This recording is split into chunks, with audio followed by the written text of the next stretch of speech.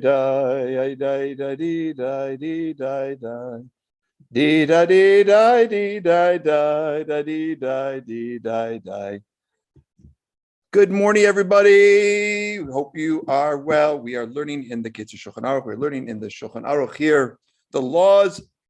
The title in English, the laws of proper conduct for meal. It's a very formal title. In Hebrew, it's Hilchot Seudah, which means the laws of a meal. Laws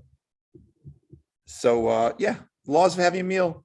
We do it all the time, and we can always elevate it spiritually and from a halachic perspective.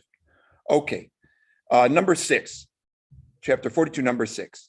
When two people are sitting at the table, even if each person has their own, plate or dish in front of them, they're sitting down to eat some fruit. Each person has their own fruit. Nonetheless, the prominent person of the two is to reach for the food first, i.e., you're supposed to wait for older people to start their meal. And one who reaches for the food before somebody who's prominent, they're a glutton. So that's manners. 2 people are eating from one dish.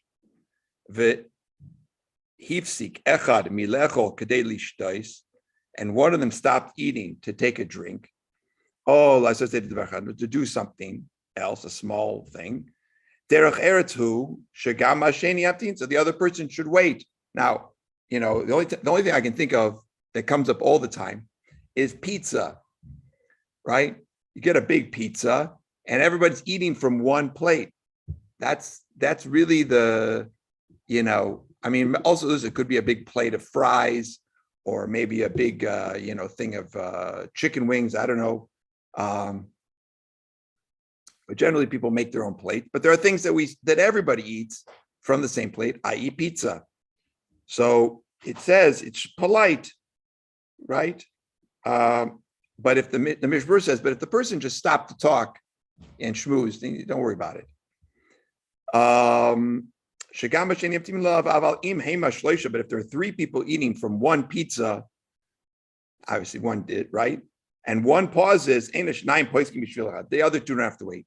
In other words, if there's 2 people sharing a thing, it's polite to wait for the other person if they have to go away to do something. But if a few people are eating from it, then you don't have that obligation. So we have a concept in Torah called Bal Tashchis, which is we're not allowed to waste things. And, this is a tough one because, why do I say tough? Because we're not supposed to waste food. And our society wastes a lot of food. And we're also supposed to not to treat food in a way which is not mechubad, not honoring the food and the sustenance we get from it, and Hashem who provided it. A person may use bread for all their needs. This only applies to lo mimais be, that it doesn't render the bread repulsive. In other words, you can use bread, you can cook it any which way. You could rip a hole in the middle of it, put it in a frying pan, and put an egg in the middle and make a Rocky Mountain toast. But if you're going to do something to the bread which would make it repulsive, I don't know, you use it for a decoration, and you're painting it with spray paint or something, that's not permitted. Hilchot, therefore, you shouldn't support a dish with bread. So, i.e., you shouldn't use the bread to hold up a dish should not be on top of the bread when you're eating a meal. If the dish has stuff in it, because he's afraid that if the dish spills, the food's going to get onto the bread, and no one's going to want to eat the bread because it got all messy. But now you say, wait a minute, on Pesach, we put the matzahs and we put the Seder plate. Many of the customers put Seder above it. Well, the difference is that the Seder plate, it's like a thing you're eating from all the time. Could be a nafkamina. Okay. And when you're eating any kind of food cooked with pieces of bread, and he's using the bread as a spoon, you should eat a little bit of the bread each time that he brings to the food his mouth. In other words, I guess if you're using bread like to dip it into your things, so you shouldn't use it. You should always eat some of the bread with the thing you're dipping it in. I mean, this comes up a lot with pita. You dip it in the hummus, so you shouldn't use the pita like and scrape off the hummus and go in there again. Even if it's your own, we're not talking about double dipping, which of course we had a question about double dipping before, and of course it's completely usur. It's one of the biggest sins in the Torah. But you shouldn't use it. Shouldn't use your pita. Now I'm not talking about like a pita chip. I'm talking about like bread. So you should have a little of the bread each time. Nishar minapas, and anything remains of the bread. Should eat. So in other words, you shouldn't just waste bread. And the reason is, once you start dipping the bread, no one's going to want to eat from it anyway. So you yourself have to eat that bread. Okay. Asur lizrok pas, it's forbidden to throw bread. Afil makom she'eno nimas, even if it's thrown away in the way it doesn't mean repulsive. Ki hazrika hi bezayon. So this is an interesting one, right?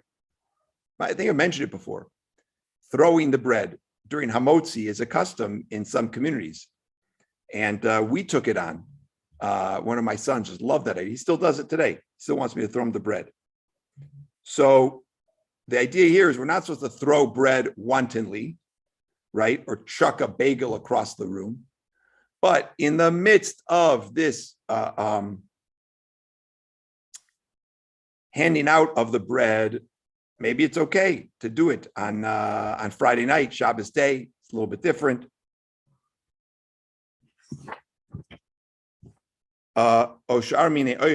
Certainly, what about other food? These things, does it mean you can't throw bread, but you can like throw other things around and have a food fight? If they're going to become unedible by throwing them around, you're not supposed to throw them. But if it's not going to become repulsive by being thrown, okay, like let's say nuts, you threw a walnut across to somebody, right? And it's not going to do any damage to the walnut, then it's permitted. So another thing to think about is it's not just thrown from person to person. What about you just throwing it into a bowl, right? So you also need to do it with a little bit of respect. You're not just chucking it. Mishnah Berurah talks about a nut. You're emptying nuts one place the other. Should put it. The nut should go into a clean receptacle. Lo yeshev al sak sheyesh bo peros. You shouldn't sit on a bag that has fruit. Shimasim al yerizik, because it's going to make the fruit unpleasant through this. Ein noitlim es yadayim b'yayin. You shouldn't wash your hands with wine. O b'shar mashke mishum b'zayon, because it's a degradation of the beverage.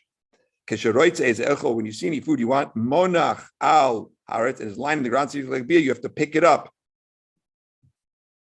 Ma'achal shu ra'ui ladam, food that's fit to be eaten by a person. Ein ma'achlin oisoi lebehem. You shouldn't feed animals. You shouldn't be oichlin because it denigrates food. Okay, a few things here. First of all, we don't sit on the food. It just seems to be self-evident. But what about a bag of beans or a sack of flour, which isn't going to become? So that probably there's the Shulchan Aruch says you could sit on something like that because it's not going to affect the contents. A bag of rice. I mean, that's to do if you only have that place to sit, right? You shouldn't seek out a bag of rice to sit on it because it's softer than sitting on the floor. But if there's nowhere else to sit, for example, or whatever, you could rest on it. We don't want to clean our hands with other kinds of things. But of course, like if you were in a real pinch and, some, God forbid, terrible situation, don't worry about it. We're talking about regular regular activities during the course of your life. Mishnah Berurah discusses whether you can use other forms of other beverages if you don't have any water. Like, could you wash your hands with tea for Natil Sidaim? It's a little beyond the scope here, but basically the answer is no. You're supposed to do Natil Sidaim with water. The issue about food that lay on the ground, what's going on here? So we're talking about like apples or something like that, right? It fell off the tree. It's good to eat. It just wants you to pick it up. It doesn't want you to get on the floor and eat it. And last but not least, what about in this one? What about this issue about food? You shouldn't feed your animal food that a person could eat. So the Machasitza Shekel states that when one only has food that's fit for a person, they can feed it to their animal. Okay? And we have a few things here. So people feed bread to birds, for example, or they give some food. But it would seem, al pi halacha, that you're not supposed to take food from your plate and give it to your dog. But once your meal is finished and there's some leftover food, you could give it to your dog. And bread, so like for tashlich and so forth, it should be bread, ideally that you, take leftovers. But there's room here in the halacha to say you could take bread for tashlich, throw it into the water, even though, no one's going to eat that bread anymore, and you're feeding it to animals. It would seem permitted because you're discarding old bread. Everybody have